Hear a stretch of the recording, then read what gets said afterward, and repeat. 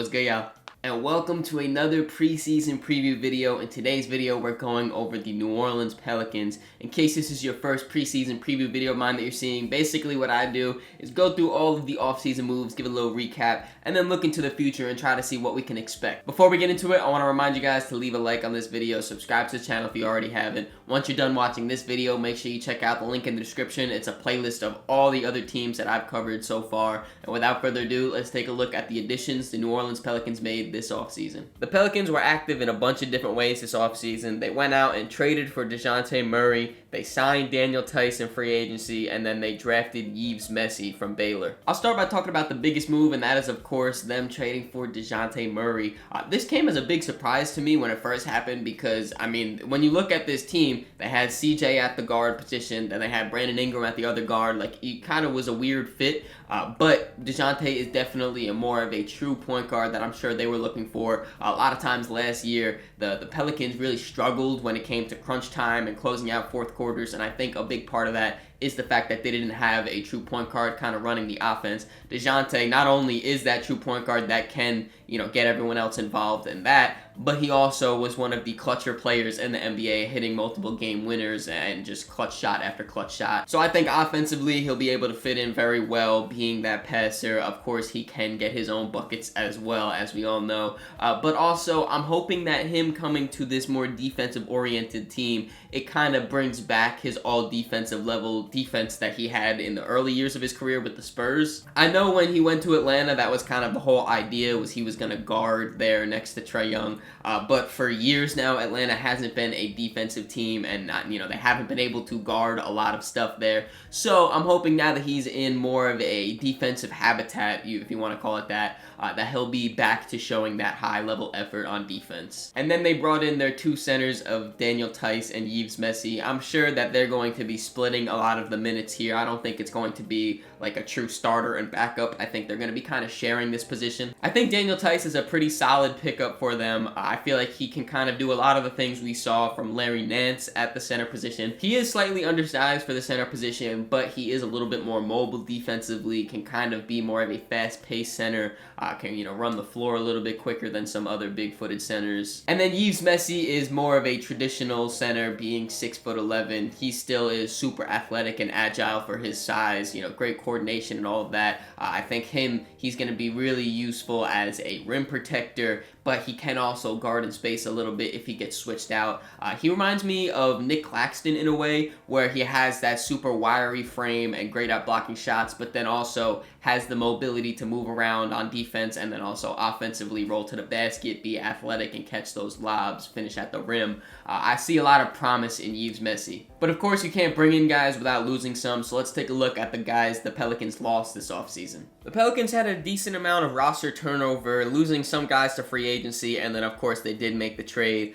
Jonas Valanciunas, he signed a new contract with the Washington Wizards this offseason. Najee Marshall also signed a new contract with the Dallas Mavericks, and then Dyson Daniels and Larry Nance Jr. were included in that trade for DeJounte Murray. I'll start by talking about the guys they moved off in the trade for DeJounte Murray. Of course, that is Dyson Daniels and Larry Nance Jr. I personally am a pretty big fan of Dyson Daniels. I think that he could be a very good NBA player, and I do think that in Atlanta he has an opportunity to really blossom as a player that I think he can be. But at that same time, it kind of makes sense for the Pelicans to include him in this trade for DeJounte, considering he is going to be that point guard. All of those minutes that Dyson was getting are now gone to DeJounte Murray, and obviously DeJounte is a much better basketball player. And then for Larry Nance to be included in this trade, I do also like Larry Nance, especially for what he brought to the Pelicans. But as I was just saying about Daniel Tice, he kind of fits that same mold and kind of can replace those center minutes for when they need that more athletic center, the more small ball, if you want to call it that.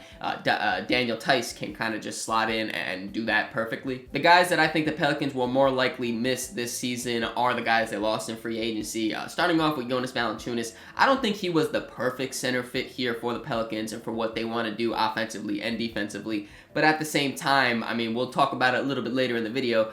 The Pelicans now don't really have any centers that I'm super confident in. A guy like like Jonas Valanciunas, he's pretty reliable. I mean, last year he played all 82 games for the Pelicans, and he was a big body down low in the paint. You know, he's not the best defender, but he knew how to use his size. He was able to bring down rebounds, and you're able to kind of dump it down to him, and he can get you a bucket with his little flip shot. He got, pretty good touch around the rim. He had consistency there. Like I said, it's not the perfect fit for what the Pelicans wanted to do, and that's why I assume they let him walk in free agency, but it still kind of leaves a little bit of a hole there. And then for Najee Marshall, I mean, they have loads and loads of wings on this roster, so it makes sense that they can't just keep bringing everyone back. But I do also really like what Najee brought to the Pelicans last year with his defense, with his rim running.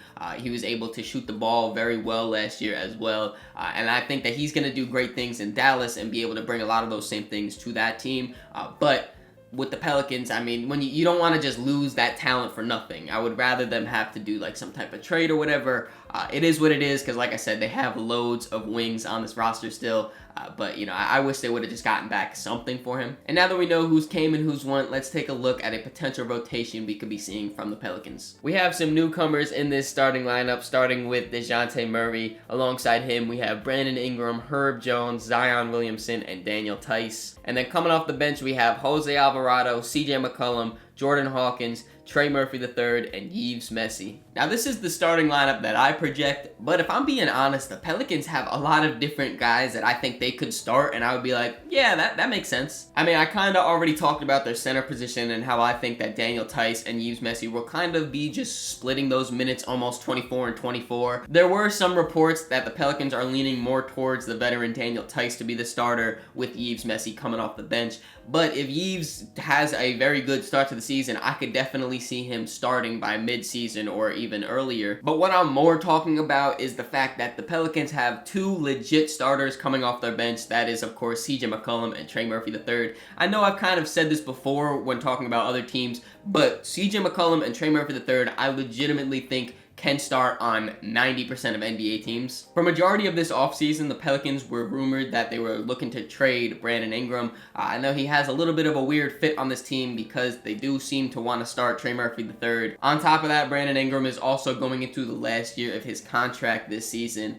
So, I mean, with training camp starting and the season about to start right now, I definitely don't think that Brandon Ingram will be moved anytime soon. Maybe by the trade deadline if they're still looking to move him off, but as of right now, he's pretty solidly on here. But his situation got even a little bit weirder once they traded for DeJounte Murray, bringing in another guard. That moves CJ into this weird spot where you're like, all right, do you want to start him at the shooting guard? And then that makes Brandon Ingram be like, all right, well, he's coming off the bench. Do you move CJ off the bench even though he's one of your most expensive contract players on your roster right now? They have a logjam at the guard/wing position, but how I would solve it is to take CJ off the bench, have him back at his natural shooting guard position, and just allow him to kind of just run free with the bench. Since coming over to New Orleans, he's been their point guard, and he's done a solid job at it, but I don't think anyone would disagree with me that he is truthfully a score-first guy. And then he's going to be paired next to a guy like Jose Alvarado, who's super scrappy defensively, really high-energy guy. He can have solid playmaking on the court as well. And I'm really excited to see those two as a backcourt, and I feel like they can rain hell on other bench units. I think this roster is loaded with talent, one of the most talented rosters in the NBA. I just wish it was distributed a little bit better across their positions instead of having so many talented wings/guards. I just wish they had a talented center at that point. No disrespect to the centers on the roster right now, but if you just kind of were able to distribute the talent on this roster a little bit better, it would work out. An easy way to do that, trade Brandon Ingram or CJ McCollum for a center. Now that we have an idea of what this team looks like, though, let's take a look at their biggest strength. I've been hinting at it throughout the video a little bit, but the Pelicans are absolutely loaded with talented wings, and all these guys have a variety of skill sets that allow them to bring different things to the court. I don't think this is a hot take, but the Pelicans have the best wing core in the entire NBA. When you just look at that list that I put up there, they have 4 guys that I think will legit start on every single team. Those 4 that I'm talking about about, of course, are Zion, Brandon Ingram, Trey Murphy, and Herb Jones. I wasn't too sure if I wanted to count Zion as a wing. I mean, he is 6'6", but he is a power forward, and sometimes they've even talked about running him at center. But I decided to just keep him in this group and just have him as a forward slash wing, whatever you really want to call it. But Zion is the wing that I think differs the most from everyone else in that group. Obviously, he is a one-of-one player. We've never really seen someone like Zion with his size, strength, athleticism, speed, all of that, and he pieces it all together to be able to get to the rim and finish through whoever is there. If he misses, grab his own rebound and go right back up. We've even seen flashes of him being a very good playmaker, and a part of that as well. And last season was one of his healthiest seasons since coming into the NBA. This offseason, he looks like he's slimmed down and has been really locked in. He looks really, really good coming into this year. So I'm excited to see if he can kind of compound and build upon last year and bring even more this year. Then when you look at their other wings, you have a guy like Brandon Ingram, who is a great scorer, can get to the mid-range, can finish at the rim. The three-point shot, he's been not really taking many, which is a little bit confusing, but there have been reports that in training camp, he's been taking a lot more threes, and that'll definitely help him and his fit with this roster. Herb Jones is one of the best defenders in the NBA right now. He made all defensive first team last year. When you talk about versatility, he can guard guards, he can guard forwards, he can guard some bigs. On the perimeter is where he's best at, and using his length to really disrupt a lot of ball handlers, but he can switch pretty much 1 through 5. I know that's a little bit overused, but Herb Jones can really do that. He causes havoc and just flies around the court defensively, and he even added his three-point shot to be very good as well. And then their last high-quality starter-level player that they have is Trey Murphy III, who, like I said, unfortunately is relegated to the bench with how much talent they have on this roster. But he is one of the best three-point snipers in the NBA. He has incredible length, great athleticism where he can just run and dunk to the basket. Defensively, he competes night in and night out as well. Like I said, I and the Pelicans both really want Trey Murphy III to be able to start. It's just that they don't have the room. But it's not just top-end wing talent that they have on this roster. Guys like Jordan Hawkins or even Matt Ryan can come in and give you great minutes. Both of these guys have great size and are absolute snipers. Jordan Hawkins, he was kind of thrusted into the lineup last year for a little bit after the Pelicans went down with some injuries, and he performed really well in his rookie season, shooting the ball. He, I think, broke some records early on with like most threes to start a career or something like that. And then Matt Ryan, he is strictly a sniper. I mean, 90% of the shots he takes are three-pointers, and he shoots them at a super high rate. The only thing that kind of concerns me a little bit with both of these guys is they really can't defend, but when you're on a team that's as defensive-oriented as the Pelicans, you can kind of hide those guys well. And like I said, they have the length and the size, so they're not too much of outliers. But no team is perfect, as we all know, so now let's take a look at their biggest weakness. This is another thing that I've been kind of hinting at throughout the video, but their center depth is really non-existent. The only centers they have on their roster right now are Daniel Tice, Yves Messi, and Trey Jamison, who's a two-way player. So I see the potential of this center depth, and I do like, little things out of each of these guys. But overall, when you look at it, there's nothing really concrete right now, and that's what scares me. I've mentioned Daniel Tice being a little bit undersized, and I do think that he can kind of bring in a lot of what Larry Nance has given the Pelicans in the last few seasons.